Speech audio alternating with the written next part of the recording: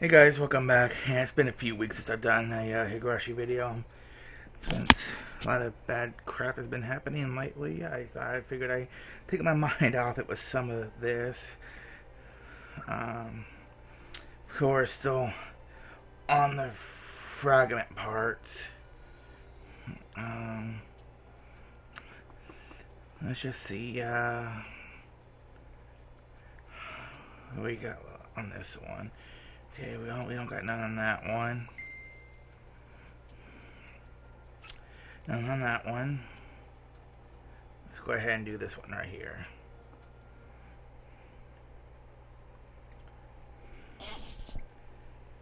The lights came out in the meeting room as the slideshow ended and all the auditors began to applaud, praising the area institution's dramatic accomplishments. Wonderful, absolutely wonderful. To be honest with you, I wasn't expecting too much from this, and it was always syndrome research. And I figured that even if there was progress, it would be 3 steps forward and 2 steps back every decade. Oh my, how impressive it is to achieve so much in such a short period of time. This is all thanks to you, Director Irie. Oh no, this is all because of the staff that supported me and Takano-san too. Don't be so humble. Director Ari is genius in the field of neurology. After all, he's also produced greater achievements than any other doctor when it comes to the brain. It's true, not many doctors as young as you have nearly as much experience operating on brains. Congratulations, Lieutenant Colonel Irie. Now I can get back to Tokyo with my head held high. I'm honored we gave you something good to take back with you, Tomateka-san. By the way, could you please stop calling me Lieutenant Colonel? I just can't get used to it. I almost prefer Riza-san at this point. I bet you do, huh? You sure were a huge help. You're the one who secured funding for our research, even when we couldn't produce feasible results. We couldn't have done this without you. It wasn't any trouble, but really, the results you presented today are just brilliant. Not only have you found the cause of the syndrome, but you also provided a clear path towards future research. We're looking forward to hearing your progress when we come again next time. I'm sure the Tokyo office will quit bothering us about cutting your budget with these sort of results. Hee. After all, we nearly lost our budget for the canned coffee we provided to you all, didn't we? Tamataka-kun, make sure you report our progress to Tokyo well enough to give us enough funding to hold a party. We've been getting nothing but the stick. It's time for the carrot.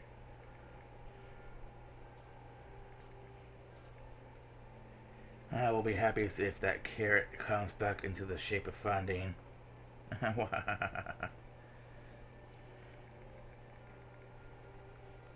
with that congenial atmosphere, routine audit was over. Irie was surrounded and being questioned by National Institute of Infectious Diseases workers who joined the auditors. Takano-san, congratulations. Takano-san, oops. Can't even really say this out loud about the progress I've seen tonight thanks to your hard work. Thank you, Jiro-san. Jiro-san and I are the only ones here to know that strings were pulled in order to create the Irie Institute, so only Jiro-san can understand what I had to go through. But I've only just risen to the stage for my research. My opponent and I are following the same arena, that's all. The critical fight comes after this, and it should be getting even more exciting in the future. Haha, by the way, Manager Nagakawa told me to tell you that he wants you to hold your presentation in Tokyo. Even the Alphabet Board wants you to meet with him. I guess they all want to hear this directly from you. Oh my, is it having you explain enough? I don't think that's what they mean. I bet they want to meet such a pretty researcher in person, maybe. Mama, aren't you being silly, Jiro-san? Excuse me, Major Takano, there's a phone call for you from Tokyo. Thank you for holding. This is Takano. Hey, how you doing? Koizumi-sensei, thank you for talking to me. Wait, what? Oh, thank you for taking the time to call me. Okay. Well, I heard you made a significant breakthrough, Chan, so I had to call to congratulate you. Thank you very much. Yes, thanks to your support, you've been able to accomplish the first step of identifying the microbe that causes Shinimazawa syndrome. I see. Great job, Chan. I'm sure Takano-kun is very happy in heaven right now. It's a little too early to say. My grandfather was attempting to go beyond merely identifying the cause of the syndrome. His work was showing the possibility of human thoughts actually being controlled by parasitic agents in our bodies. Only when that is proven will his research be recognized for the great achievement it is. When we're able to explain all the thoughts of religious parasites, the world is going to be tossed in chaos. Well, how interesting.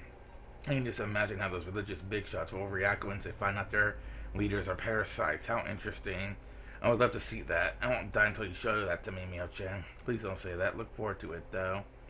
I'll make sure that this research will spread shock throughout the world. When the whole world will finally realize how great my grandfather was, they'll probably be fighting each other to read over the documents he left behind. Only then could I say that I've repaid my debt to him. I'm a little envious of Takano-kun. I don't want money, you know? I don't mind getting rid of half of what I have. I just wish I had a grandchild who would carry on my legacy. Thank you so much. Those words mean so much to me. By the way, I sent you a present. It's a nice bottle of wine for you to celebrate with. I didn't know your address, so I sent it to the clinic. However, they told me that they're having a difficult time importing it, so it may take a little while, but when it comes, please have a party with the people who helped you. Celebratory wine, then I wonder what expensive sort of drink Koizumi-sensei will be sending us. Well, it's not that kind of expensive. Don't you remember Mio-chan? Takano-kun used to keep a particular bottle of wine. I remember. That's right, my grandfather kept a certain bottle of wine. I don't know if he bought it himself or if someone gave it to him, but he treasured it, and he always said he'd open it when his research finally gained recognition. I was a child then, so I don't even remember what brand it was, but Mr. Koizumi would know. He went through all the trouble to find the same bottle of wine for this special occasion. For the first time in a while, Takano felt the same sunny warmth she experienced during her first time with her time with her grandfather. Thank you very much, Uncle Koizumi. I would like it when you call me that, Mio-chan. I don't feel like you're speaking to me when you say Koizumi-sensei. I can't help but smile along with them because I think Tomateka and Irie were just having a similar exchange. If you like it that way, then I'll be happy to call you that when there's nobody around. I'll be happier if you call me that even in front of people. I don't know exactly how old he is, but if he can laugh so energetically, he'll live for many more years to come. I guess the saying about living a long life is true after all. Takano-kun and I both wish you were truly a part of our family. We really did. My grandfather had his own family, of course, because he was into his research. He became estranged from his wife. They were legally married, but they lived separately. I never met his family when I was a child. I only met them after my grandfather committed suicide. During his latter years, my grandfather went into psychological despair and began to look at his life with cynicism. His condition became worse over time, and he was shocked at his own dementia. He was afraid of living while his consciousness degraded. So he jumped off the rooftop of the hospital. Only my name was in his suicide note. None of his family members were in it. That's when all his relatives showed up and took everything my grandfather left behind. They were afraid I was going to get to his estate. They had lawyers and all that, so I backed down. I asked for everything in his study in return. Those idiots don't understand the value of my grandfather's research. They were actually happy to strike a deal out of the court. They could get rid of a piles of papers and jars with human organs in them. They never even showed up once he was alive, yet like hyenas, they appeared after his death. I never let them put their hands all over my grandfather's research. Fortunately, I was able to protect my grandfather's soul from their tainted hands. Okay, I'll get going here. If there's anything you need, to be sure to call Uncle Koizumi, okay? I'll do anything for my granddaughter. Thank you, Uncle Koizumi. I'll work even harder.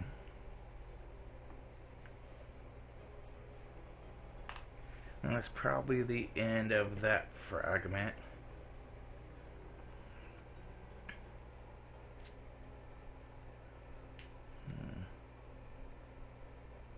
Okay, I'm going to take a few minute break here and then start the next one. Alright, now's a nice few minute break. We're going to go ahead and do the old guy now. I don't know what to say. I want to say something, but I can't think of the right words. I can only sigh. Oh, Ishii-san, I've been looking for you. The section manager asked me about my poster. Be quiet, this is a place of rest. As Kumagai barged into his room, the old coroner quickly snapped back at him. Sorry, the section manager asked me about the wanted poster for the suspect. He talked to Kumiyama-kun about that. You need to speak to the coroner here. Could you tell him I'll be right over? Okay. Kumagai ran out of the autopsy room with the same haste he entered in. Lively, isn't he? The old man would have slapped him for making such a fuss. You probably should go back too. The air in here isn't for people who aren't used to it. You're right. If I slack off too long, I might get slapped as well. Here on Sishibone, all the hoodlums cross the street with you. When you pass through, yeah, he's only one past their features who ever punched you for splitting your sumo wrong. He was really a merciless man. I think he punched me more than my real father. Doesn't matter if he was your real one or not. If you looked up to him in the same way, then he really was a father to you. My real father passed away in Nagoya. He was unlucky. He wasn't given the order to move it to a plant in Nagoya. He wouldn't have died in the air raid. If he could have rode it out another half a year or so, then the war would have been over. I was sad, of course, but I was grown up enough by then. I didn't cry into the ground like my mother did. But people feel sadness in different ways. For some people, it all comes at once as an overwhelming wave, but others feel sadness gradually over a long period of time. I think I was the latter. When he was alive, I only thought of him as annoying. In my mind, I even cursed him with questions about why he avoided the draft. I thought my feelings toward him would always be the same. When the war ended, I saw families and friends being reunited with joy as they came home from the front. It finally happened. I grieved for my father's death. Japan was filled with people who were sad and full of despair. I knew I wasn't the only one whose life ended up that way, but I remember I was very, very heartbroken. After the war, the nation completely changed. As a policeman, the environment I worked in went through sudden changes too. In order to forget my sorrow, the only thing I could do was devote myself to my work. At the time, I was in charge of busting people for buying rice illegally. I conducted spot checks on travelers at major train stations, and boy did I find a lot of them. There's a fairly big black market in Higurashi, and a lot of them came from as far as Osaka to buy it. After the war, Japan faced a chronic shortage in food supply. To those ends, the nation instituted a food rationing program by signing the Food Control Act. But the rations the government provided weren't even close to being enough to feed families, therefore people had no choice other than buying food and supplies on the black market. The government hardly had enough food for rations, but there was somehow plenty on the black market. The dealers there sold it at outrageous prices, and some of them became quite wealthy. The Sanazaki family made their money through the black market. That's another story.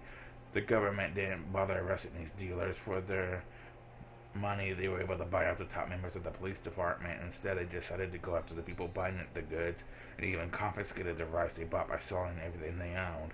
Yeah, I remember that. Wasn't there a prosecutor who starved himself to death? Yeah, there was. A prosecutor who vowed not to eat illegal rice starved to death. Was it in 1947? It was horrible. He, as a public prosecutor, proved to himself that he couldn't survive by adhering to the law.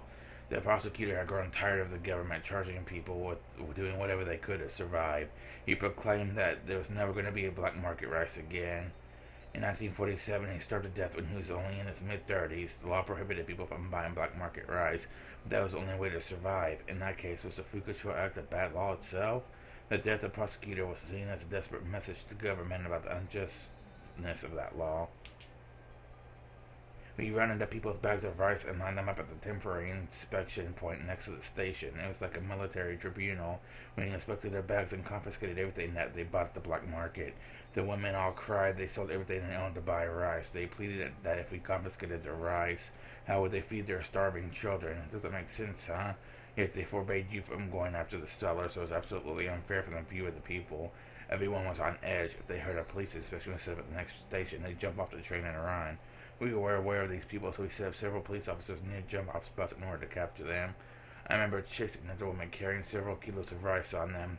And that was when I first met the old man. Man, I was that surprised. Remember my father? He looked exactly like him. I really thought that maybe my father miraculously survived the air raid in Nagoya. I was chasing a man who was running away from the inspection point. There was no way for him to run with a heavy bag of rice on him. So either he'd get arrested with illegal rice or escape by ditching the rice that he bought by selling all of his belongings. In other words, if a person is being chased by police, that person can't provide his family any rice to eat. Of course, I felt guilty about that. I knew people had to buy rice to survive, so he had a tacit agreement to let those who ditched the rice and ran get away. So I always thought the same thing as I chased them. Please throw it away. I didn't want to catch him because I didn't want to hear him crying and pleading in distress.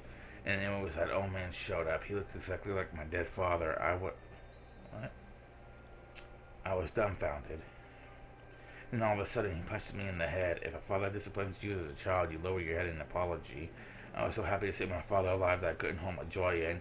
The old man said, "Let him go." When I heard this voice, I realized he wasn't my father, so I thought I'd arrest him for assaulting a policeman. But a young man like me who barely grown any hairs yet was no match for an older man used to fighting. And he sure taught me a lesson. He gave me a good scolding in the middle of the street after I was all beat up. Who would listen to him, right? Myself, this struck me then. I kept seeing my father in him, and all I could do was listen. Yeah, he was a ruffian, but he showed his guts like a real man. That's what made him such a great guy. You don't see men like it nowadays. He was a true example of a man from the good old times. Despite my age, I still needed a father. I needed someone to look up to and show me what it takes makes a man a man. When I think about it, I really did have two fathers. The old man was a father, a brother, my best friend. But now here he lies with his head, arms, and body and legs all dismembered, and his right arm hasn't been found. He taught me how to be a man, how to enjoy alcohol, how to play mahjong, and with that right arm, he gave me a good beating when I did something wrong. But that right arm is still missing. You have any suspects? Yeah, of course. I swear I'll find the old man's right arm and pay them back for what they've done to him. They're running Himizawa from the shadows and inciting this collective crime they call the Dam Protest, the Sonozaki family. I declare war with them myself. I already know who my enemy is.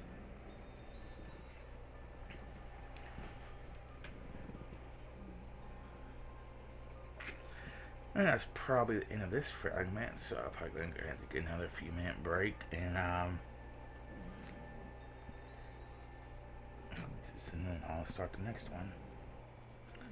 Okay, that was a nice few minute break. Let's go ahead and go over here to Mion Sonozaki. Mion-san, your friend is here. I hear the housekeeper's voice. Our house is in the front yard are huge, so unlike a normal house, is ringing a doorbell, yelling my name, repeatedly asking to play won't work. Okay, thank you. Who is it? Not Rika. Rika Verde Shama. Okay, finally. You can tell Granny that Rika Shama is here. I think she's on the porch. I'll get the watermelon. Granny received many beautiful watermelons from somebody, so she wanted to share. I just called her for the house a short time ago, and Rika-chan is here to pick one up. Did she come on her bicycle? I can't remember if it has a big enough basket. I pulled the watermelon from the well while thinking about that. The cold water in the well is refrigerated. The watermelon, the condensation makes it look delicious. And 3 members of the Friday family will enjoy it for at least 2 nights. Meep, am I supposed to take it home? I thought... What? Didn't your dad tell you? The priest answered the phone. I thought I told him to come pick it up. Maybe I wasn't clear enough, or maybe he misunderstood me completely, but she's here to eat the watermelon to take it home. Besides, the small basket on Rika-chan's bicycle won't hold the watermelon, and it's too dangerous for her to ride while holding it in her hands. Yeah, why don't you help Rika-chan take the watermelon? There's no way she can ride her bicycle while carrying it. Me, I can hold the watermelon. Unless it's too dangerous. If something happened to you, I wouldn't know what to say to Oyoshi-sama. Mion will help you. Okay, I will. I'll go say hello to the priest, too. No matter whether she rides or pushes a bicycle, Rika-chan's hands will be occupied. So I'm going to carry the watermelon. The sky is turning auburn in the sunset. The cool breeze feels good on my sandaled feet. On her what feet? Sandaled feet? What? Okay. The plastic bag I'm carrying contains the watermelon, and so some bags of rock candy. Mother finds them, she'll take them away, so we decide to eat them if we get to her home. We open the bags and enjoy the rock candy. Rika-chan isn't an exception. Whenever kids from our neighborhood come to our house for errands, Granny gives them some treats.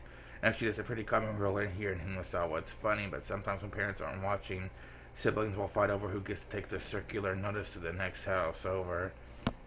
So these bags of rock candy are like tips for them. Of course, she doesn't normally give out this much. She uses just a little piece of it. Granny is being extra nice to Rika-shama.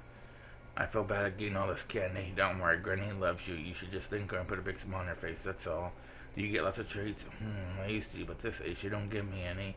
If they did, though, I'd probably feel like I was being treated like a little kid. Me, I'm being treated like a child then. That's okay. Enjoy it while you can. When you become as old as me, you won't get any, even if you wanted some. As we talked about ordinary things, I noticed Rika-chan seemed a little sad. What's wrong? Whenever I run errands, I get candy as a treat, but Satoko doesn't get any, even if she comes with me. I can think of so many reasons why. Not only Satoko, but everyone in the Hojo family is being treated poorly in Himisawa. And the Sonozaki family are the ones who instigated that. The 2 dam supporters have died in the accident already, but the malice against the Hojo family is still going. It's directed against Satoko and Satoshi, their children, and their aunt and uncle who are taking care of them. The big fight between the Hojo family and the Sonozaki family at the explanatory meeting that started all this. But that was the Hojo couple, and it shouldn't have anything to do with the children and their aunt and uncle. But the idea that the Hojo family are traitors evolved on its own. Therefore, anyone bearing the Hojo name is to be treated poorly. The aunt and uncle weren't dam supporters, so over time the attack towards them should have stopped. But they're rather odd, and they keep having trouble with their neighbors. They don't follow the community rules, they don't do their community duties, and they spray pesticide while their neighbors' laundry is still hanging outside. And they often get into fights with the other villagers. They'd be hated even without the dam.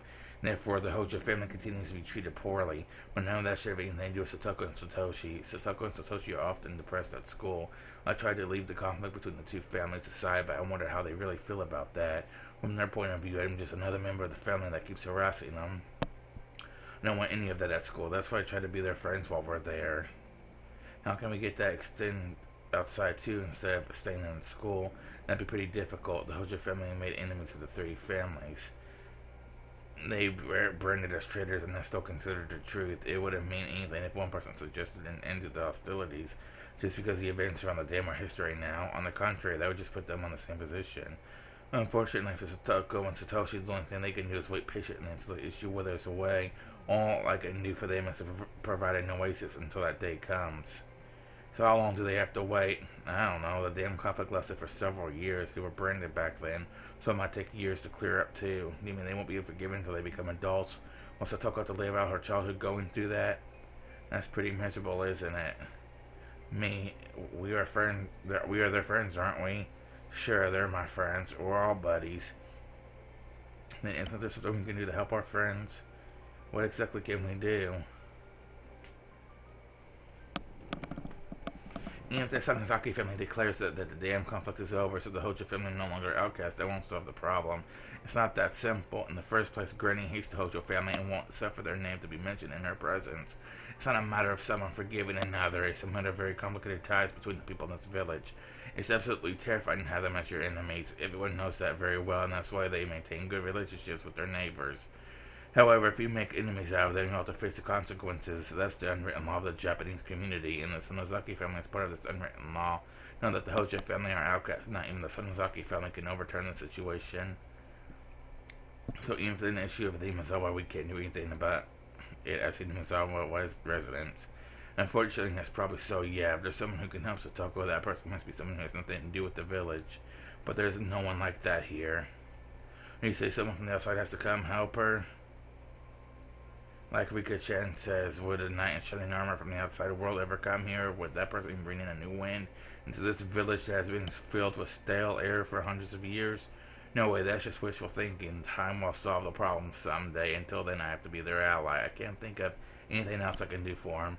As Rika-chan and I crunch on our rock candy, we can only pray that people will forgive Satoko and her family sooner than later.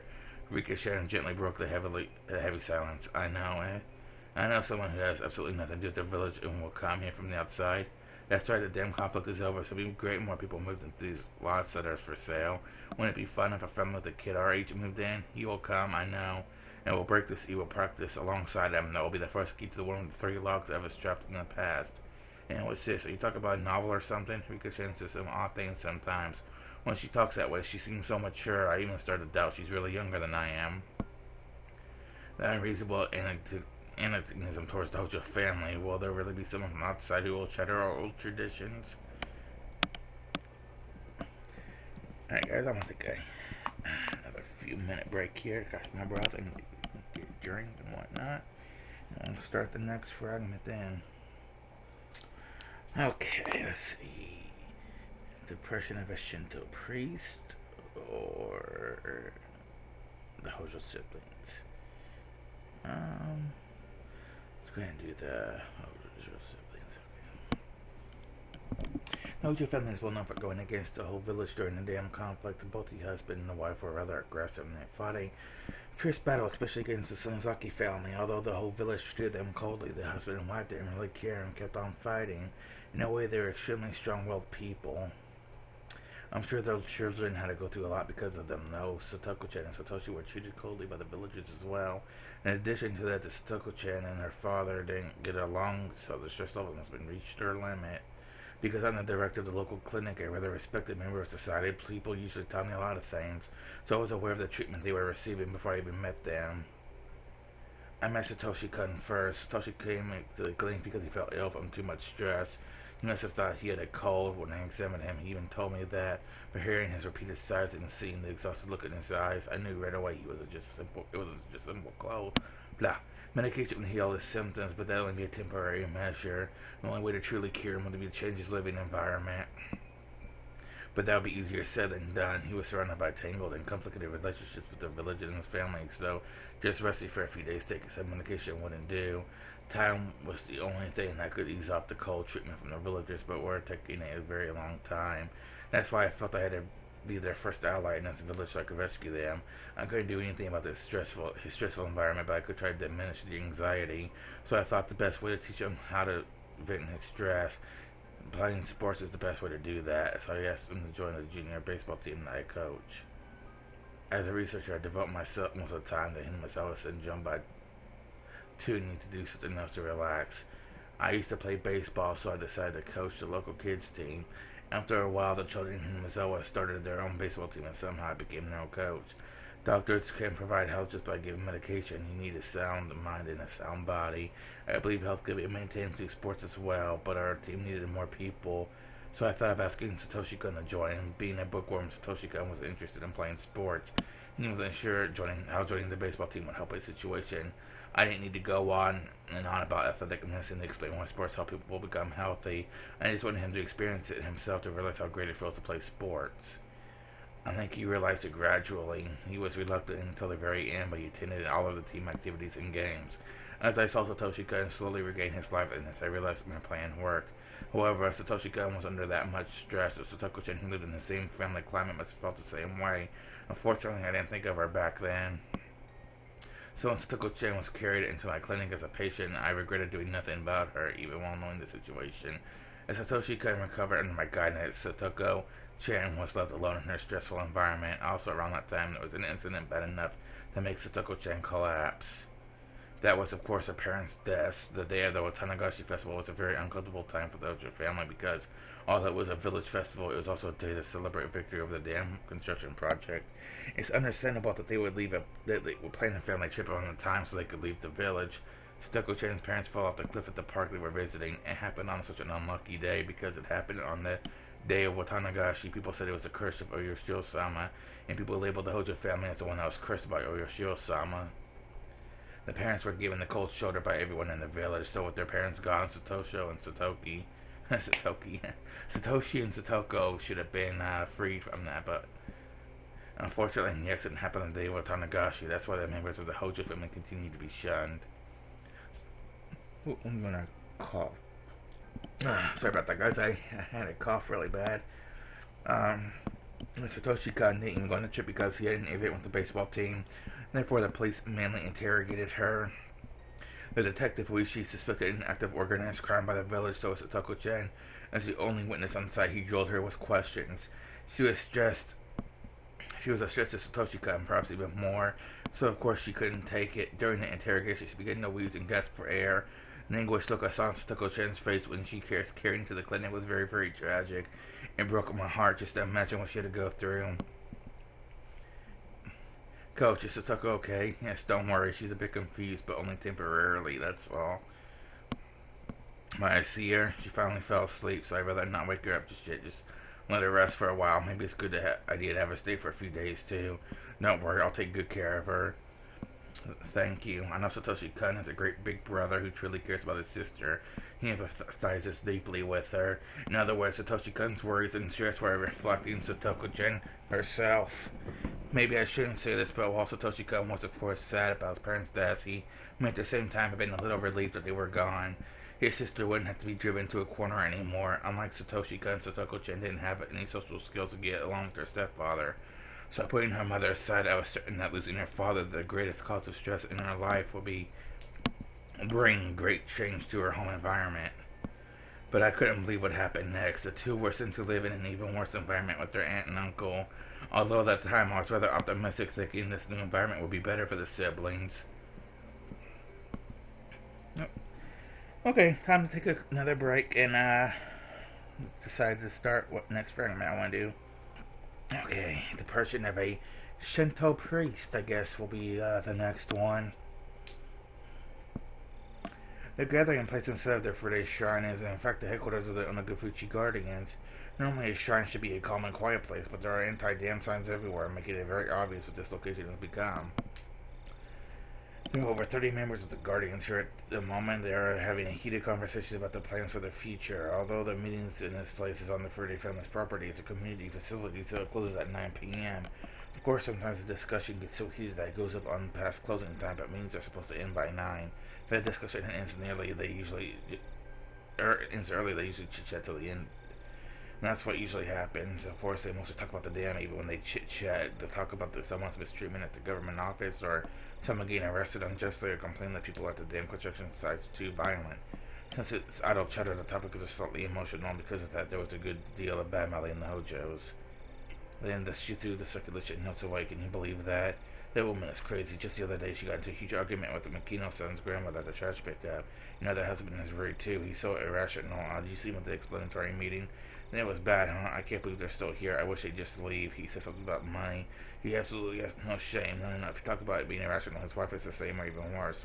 It must be hereditary. I see their daughter shopping quite often, so I used to say hello to her, but she never replied. Can you believe that? So I got tired of it, and I don't say anything to her anymore. Hey, their son always looks so depressed, doesn't he? By now, the Hojo family has become the enemy of the whole village. Bad-mouthing the Hojo family was the greatest shared topic that anyone could easily contribute to. If he had known how powerful the three families were, especially the Sonozaki family, if he had known Oryu's character, he wouldn't have said the things he did. There was a couple of residents here, though they were never very enthusiastic about the council activities. They should know what kind of person Oryu-san was. He could have imagined just what would happen to him if he talked to her that way. Yet he let his anger take over, and his voice is unpleasant feelings. So most people in the Hojo think the Hojo family brought their isolation upon themselves. If they want to negotiate with the government regarding the move, they should have done so privately. Yet he was foolish enough to express himself at the public gathering like that, so not too many people sympathize with the Hojo family. Ever since the big fight at the explanatory meeting, the Sonozaki family has looked at the Hojo family as their enemy and started to go after them. That caused their other pro-dam families to go quiet, fearing they'd be made into scapegoats too, and those who wanted to leave were brutally forced to give up. Even those people started criticizing the Hojo couple, saying they could have gotten their conversation to leave if the two hadn't picked that reckless fight. Both the anti and pro-dam people hate the Hojo family and become even more isolated. Moreover, the Hojos are quite very aggressive. They should have stayed at least until things settled down, but they didn't. He alienated a handful of people who took pity on them as well, so nobody even says anything to him. All that was immediately obvious by listening to the foul talk here at the gathering place. Rika always helped out by putting the teacups away, so I'm sure she hears what they say as well. One of the Hojo family members there bad mouthing is Rika's friend Satoko-chan. And here's the thing about what Rika feels while hearing that. As a priest of the Faraday Shrine, shall let this continue? Oyoshio-sama is the god who makes peace between the enemies. When the humans and demons fought, Oyoshio-sama descended from heaven and mediated between both sides. As a caretaker of the shrine, I must do something before it goes too far. I'm sitting next Oyo-san, who is spitefully disparaging the Hojo family, so that the ass is talking shit to me. Who the hell cares? So be cursed by Yoshio-sama, that's for sure. The elderly people cheer her on as they listen to her speak. If I barge in now, I have a feeling it won't be a peaceful conversation. But I have to make up my mind. As a priest of the Faraday Shrine, also for the sake of Rika's friend Satoko-chan, Oyo-san, don't you think that you said enough by now? Huh? The hell are you trying to tell me? Well, I'm sure Hojo-san really didn't mean what he said. Isn't it a bit much for this kind of treatment to go on for so long? Shut up. You heard what he said, didn't you? Weren't you pissed? He pissed me off. Shit. Oyo-san is the head of the Sonozaki family. They're heir to the demon. She never forgives anyone who stands against her. So there's no way she would listen to what I'm trying to say. Oyo-san has become furious and refused to listen to me. I also mentioned that the dam construction plan will be canceled soon, so I should calm down already. I said that because the staff at the area clinic told me that the government is putting some kind of pressure on the Ministry of Construction. But thinking that I'm being an opportunity, soon criticism of me began circulating the room. After that, I realized I'd become branded as a fence sitter. If the demons are willing to listen, then there's a chance to make peace. But how can I make peace with people who refuse to listen? I destroyed their mood, so I just had to give up and shut my mouth. Now I felt a little hand on my back. Rika, it's getting late. Why don't you go home? No matter how hard we try, we can't reach them. Rika looked into the distance while she spoke. The evil of this corrupted village is probably beyond the means of those of us living in the muck, but I won't lose hope. Surely someone who will destroy this stagnation will arrive very soon, I know. Her eyes shone as if seeing a future that only the maiden of the Faraday Shrine could see. Okay, take another few minute break here, and I'll look for the next fragment to do. Okay, I was getting a little worried there for a second. I finally found the right fragment. I was only so usually there's at least 2 or 3, but just this one now. Satoshi Kon is a good brother who takes care of his sister. He went to visit Satoko-chan straight after school and kept encouraging her to get better every day. Without even hearing Satoshi Kon's stories, it's obvious to me that Satoko-chan never had a good relationship with her step-parents. She especially didn't get along with her stepfather. Satoko-chan even called the child abuse hotline once. Not only that, her parents ended up dying in an accident, so she wasn't able to withstand all that damage. Satoko-chan is still very young, so everything must have been horrible for her to go through. Fortunately, she is a wonderful brother. Emotional wounds are hard to heal, but nothing heals those wounds better than love from family members. I'm sure that one day Satoko-chan will be able to smile again. She's still in shock, but when she talks to Satoshi Kon, she smiles a little bit. She from the police department keeps requesting to see her, but I think I need to protect her for just a little longer. While he's passionate about his job, I wish he'd be touched more sensitive. If he reminds her of her parents' accidents, her emotional wounds will start open again. That's the point I worry about with Satoko-chan. I heard someone knocking on the door. It was Takano-san. It doesn't look right wearing a nurse's uniform like that. She's a licensed doctor, so she should wear a white coat and act like one. But this is fun for her, but I think she might be insulting the real nurses. I didn't say anything now. Dr. Ari, may I talk to you? Oh, yes. Well, Satoshi-kun, if you'll excuse me. Sure. Hello, Satoshi-kun. Please keep Satoko-chan company. She's always alone, so I bet she's lonely. Okay. Oh, no, that's not true. Okay, Satoshi, you're in charge. I got up and let Satoshi-kun take over. This hasn't happened? Not right here. Let's go to your office. Takano-san smiled meaningfully. Usually smiles bring happy feelings, but when it comes to Takano-san, that's really the case. Are you sure? Yes, the initial test results show there's a possibility she's at level L3 or above. We need to keep her here and run some more tests. The results aren't in yet, but from what I can see, it's very possible that she's at L4. Takano-san's eyes sparkled in a weird way. There's a reason for that. For us, finding the patients in the terminal stage is a valuable boon for our research. That's a boon?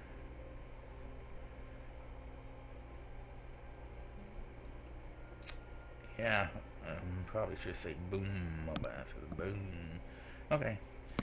In the fact, as a result of dissecting the murder suspect from last year, we made a great progress in our research. In other words, we finally managed to isolate the pathogen. We also discovered that when the host dies, the pathogen melts away within a few hours. Once that happens, it's undetectable. That's why we never found the pathogen when we performed autopsies. Our research made a lot of progress after that. What we found in the past year has easily surpassed what the late Dr. Takano found in decades. We're now studying the nature, the effect, and the symptoms of the pathogen, as well as treatments and vaccines. In other words, a living specimen who's at the terminal stage is a necessity for our research. However, we rarely find a patient who's gone that far, who's reached L5. Higurashi syndrome once created huge numbers of L5 patients, but today it doesn't have much potency. So because of that, we have to secure L5 patients, or the patients who are close to reaching L5 as quickly as possible. Satoko-chan possibly qualifies to be that next sacrifice. To keep this strange disease a secret, we can't let patients who may be at L5 go. We have to run more tests first, then we'll figure out what to do next. In any case, Satoko-chan seems so calm. Her behavior is nothing like that man from last year. Initial tests are in error sometimes. We'll have to wait for the results of more detailed tests to determine how serious her condition is. Okay, let's admit her for observation. Please let the staff know to get things ready. That sounds like a normal, formal answer. Not normal, formal, but if the results come back positive, we will greenlight her dissection. I don't know Satoko-chan that well, but I know her brother Satoshi-kun, who was through the baseball team for a long time. I dissected the apple of Satoshi-kun's eyes. I can feel scary images flashing in my head for the first time.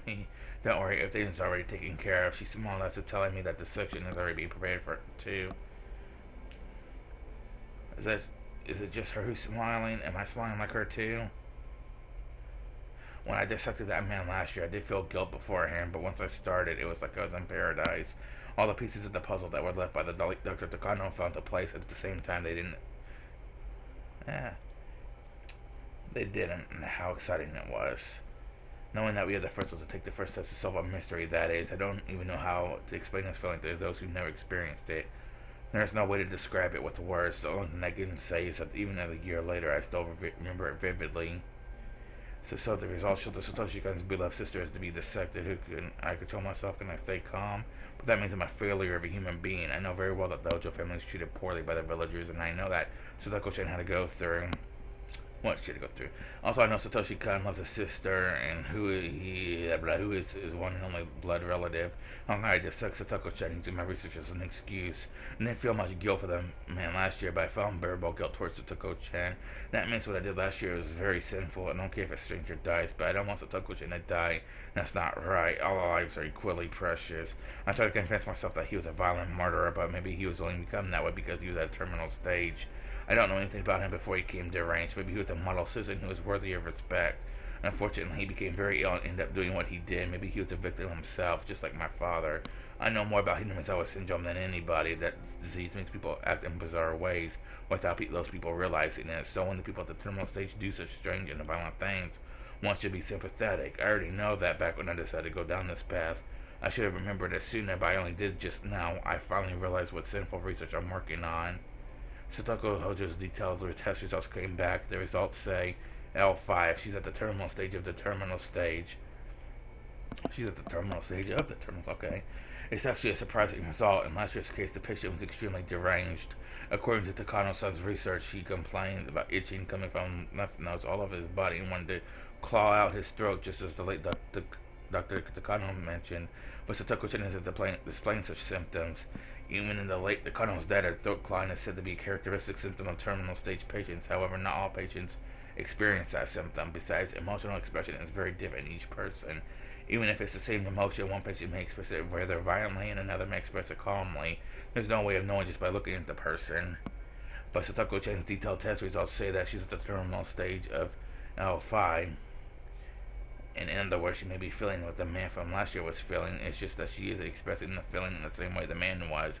Higurashi syndrome affects the frontal lobes of the brain and stimulates the most primitive emotions, doubt, very strongly.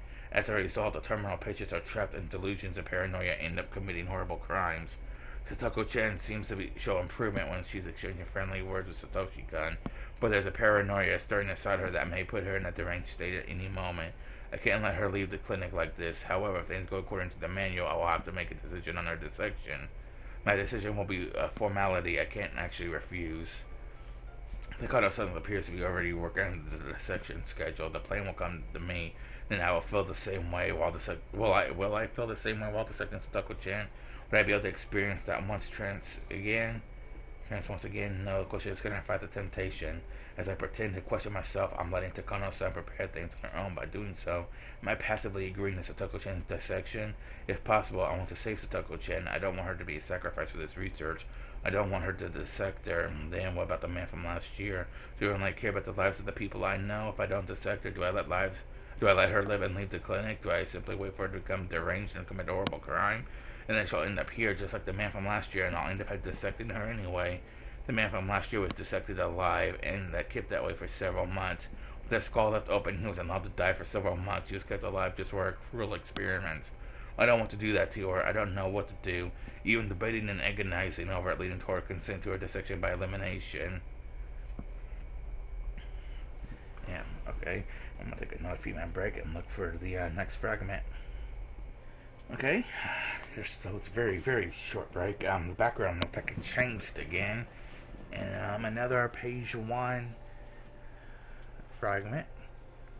Looks like we're 43 minutes in, so I'll probably only do a couple more fragments for this video. Plans for the Satoko-chan's dissection are moving right along. I don't want the Satoshi-kun to be sad. Feel pity for Satoko-chan and her harsh circumstances. I'm still struggling with how much I have to sacrifice for the sake of research. Ari, sorry, what is it, Rika-chan? One of my friends has been in the clinic for a long time. Do you think she has Higurashi syndrome? Who told you that? No one, I just thought about it. So what do you think, Ari? Does Satoko have Higurashi syndrome? Rika-chan is on our side. There's no thing I have to hide from her. Actually, I probably shouldn't keep anything from her. Yes, the problems with her parents and then her sudden death, it was all too much for her to bear. Maybe that's what triggered it. One of the test results say L5. She seemed perfectly fine on the surface, but her emotions are extremely unstable. Since the other day, she's been refusing to meet with Satoshi-kun. Satoshi told me he's very worried about he's worried that it's taking a very long time for Satoko to get better. Alright, what will happen to Satoko? Satoko-chan is because Chen's best friend. How can I tell her we're planning to dissect Satoko-chan? However, even if I don't say anything, she already knows that Satoko-chan's situation is extremely poor. Then you find out a lot of things when you examine it. I mean, sure, of course, we're even testing medicine, which might be able to control the symptoms. Can't you give that medicine to Satoko? Thought about it, but it's too dangerous. We're still in the trial stages, and we're trying to gather more data. We can't use it on someone who's in a delicate situation like Satoko-chan. Then, if you won't try that medicine, what will happen to Satoko? She spoke as if aware of our plans for Satoko-chan. No much she must actually know. I told her about most of my research. She's more mature than she looks, so it'll be easy for her to figure it out. There's even a 1% chance of Satoko getting better, then I think we should take that chance. It's extremely risky. Worst case, she could become immediately display terminal symptoms and hallucinate or potentially lose consciousness and spend the rest of her life just staring blankly at a wall. Either way would be too cruel of a fate for her. So are you saying it's better to have her die in her sleep? Alright, just like the Colonel says, there is no guarantees of medicines, but if we don't do anything, Satoko will die for sure. I think it's clear what we should do. That's true, you're right. But I know too well, C103, the medicine that's been tested, may not even be something that can be used. It may not have even a 1% chance of success. Worse, I can't imagine what kind of tragic end she'd meet if her body rejects the medicine. That's why I'm tempted to believe it would be far more merciful to feed her favorite food, let her gently fall asleep, and after that, dissect her while she dreams. I don't want to admit it, but Takano-san is right. I'm being indecisive and showing a lack of resolve. How effective could a medicine made by someone like that really be? So, because it was a medicine I created myself, I couldn't believe there might 0.1% chance of success. I think we can believe in it. She spoke as if she read in my mind. Surprised, I raised my hand up to look at her and found her giving me a reassuring look I never would have imagined someone her age capable of. People's lives depend on your job. It's almost absurd that a human being in control life and death like that. I can't imagine the pressure. Her voice hasn't changed, but I feel Rika-chan is admonishing me, almost as if she knows what it's like to be responsible for human lives. Guilt and regret are part of that. That's why you can't use the medicine on Satoko, isn't that right?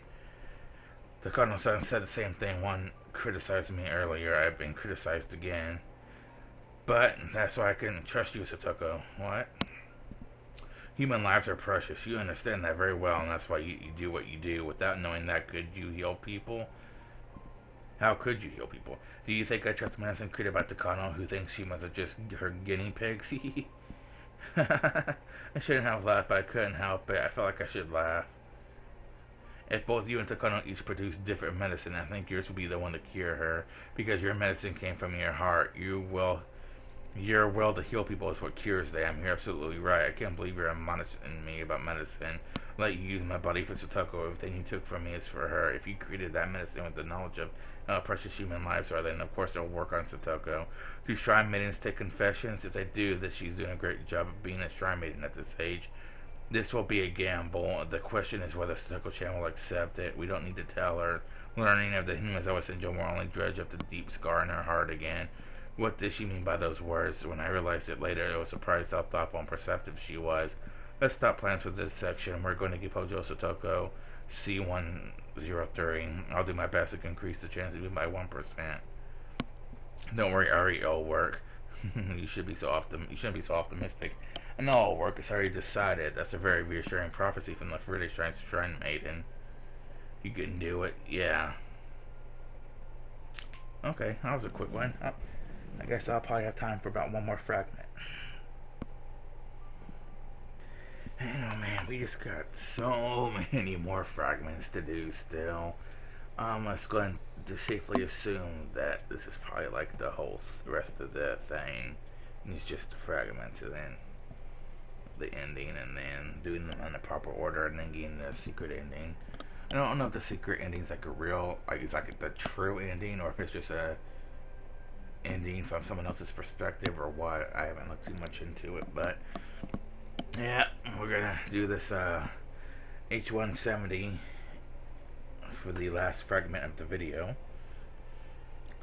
C103's implementation on Satoko is going well so far. It wouldn't make any difference to me if the experiment failed. However, Ari's extraordinary focus and attention to the experiment has avoided Satoko Hojo hallucinating or turning into a vegetable during the experiment. Surprisingly, we see prospects of her returning to normal life despite reaching L5. 013 C103 still has many issues, but this experiment proved that even a person who has reached L5 can be cured. I didn't believe it in at first, but I guess I have to acknowledge Ari's hard work. Only Ari could have done this. He was tormented by naive humanism and didn't want to make mistakes, and that's why he felt obligated to cure Satoko Hojo. The reason why I dislike Ari isn't because of his achievements or abilities, but because of his weakness.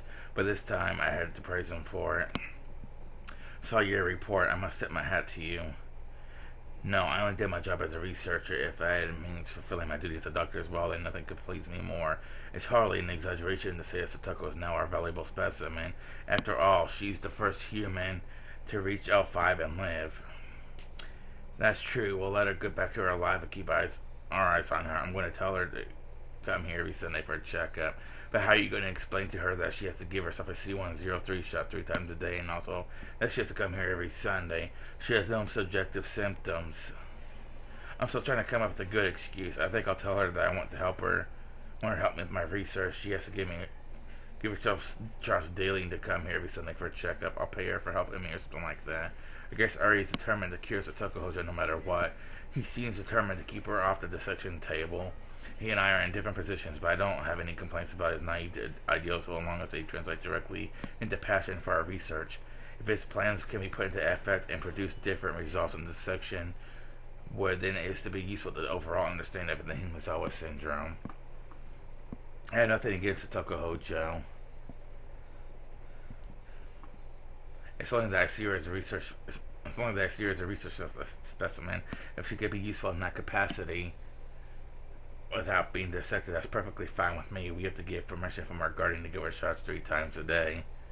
After her parents died, her aunt and uncle have been taking care of her, right? Maybe I'll go talk to them. I hope they agree to her involvement in such a suspicious research. But don't worry, I'm sure they'll be happy to once they realize they'll receive 100 to 200,000 yen every month for it. Do we have enough money? Sure, as long as we can produce documents that will convince Jiro-san. Okay, then I'll work on that. Also, we need to take action to prevent stressing Satoko-chan. We don't want her to return to L5. I hear her aunts and uncle are very mercenary. Perhaps we can handle them with cash. I plan to provide my help with their guidance too. I've heard Satoko-chan isn't getting along with her aunt and uncle. I never thought that affected us in any way, but now Ari has to deal with them. Maybe he's developed some kind of sense of responsibility or duty as her guardian. I don't really care. The more responsible he feels, the more progress our research makes. That'll be a plus for me. By the way, I saw a report on H170. Oh, compared to your success, it's nothing, but I guess it's some kind of accomplishment.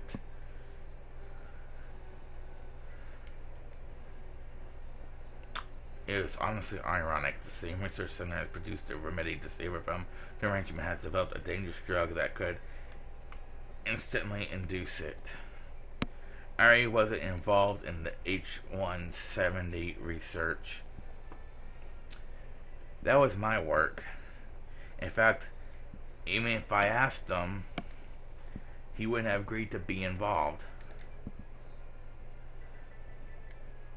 The dangerous reagent was developed during the process of uncovering the mechanisms behind how the pathogens controlling Satoko Hojo's brain could induce derangement or paranoia in their host.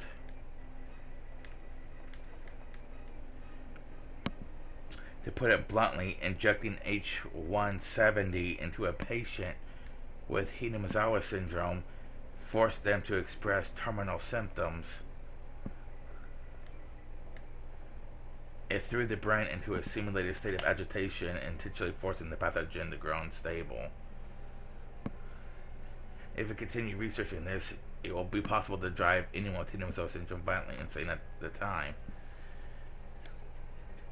Studying the mechanism behind that will help solve the syndrome mystery, so this study in H170 will be extremely important to future research.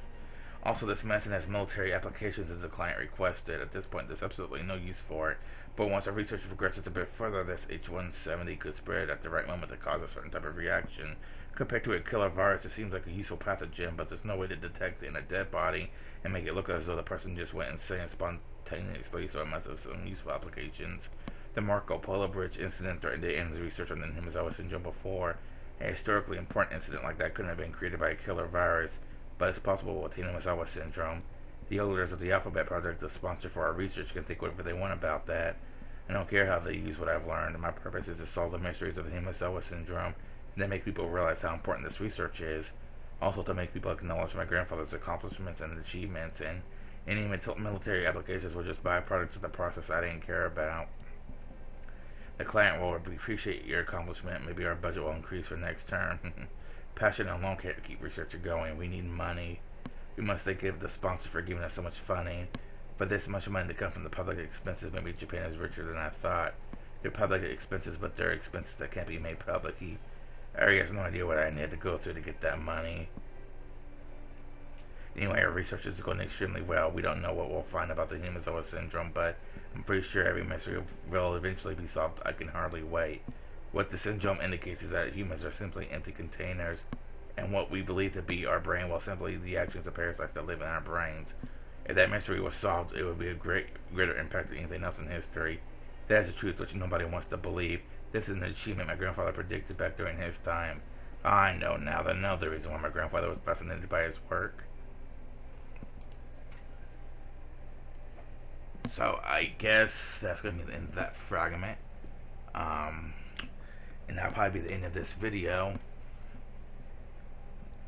Next time, whenever I get around to doing it. I don't know which one I'm going to do.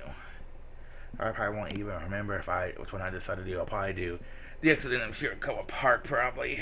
But until then, guys, thanks for watching. I'll see you guys later.